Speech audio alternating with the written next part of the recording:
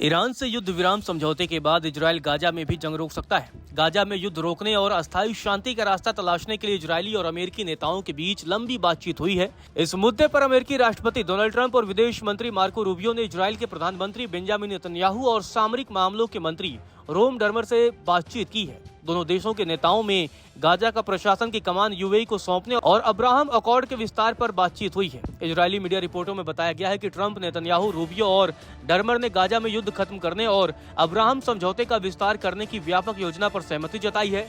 इस योजना में फिलिस्तीनी गुट हमास के नेताओं को सरकार से बाहर किया जाएगा।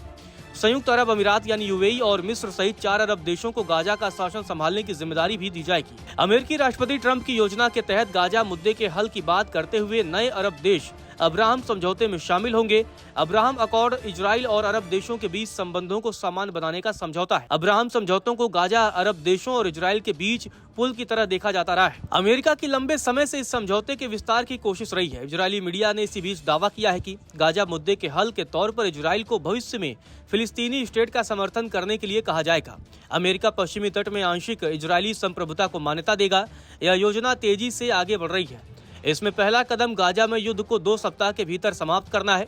इस पर जल्दी ही ऐलान किया जा सकता है। गौरतलब है, गाजा पट्टी में अक्टूबर 2023 से लड़ाई जारी है। 7 अक्टूबर 2023 को हमास के लड़ाकों ने दक्षिण इजराइल में हमला करते हुए 1200 लोगों को मार डाला था और 251 को अगवा कर लिया था। इसके तुरंत बाद इजराइल ने गाजा में हवाई हमले शुरू कर दिए थे। इजराइल के 20 महीने से जारी हवाई हमलों से गाजा में भारी तबाही मची है। गाजा पट्टी में 20 महीनों तक भीषण हमलों के बाद भी इजराइल अपने बंधकों को नहीं छुड़ा पाया है।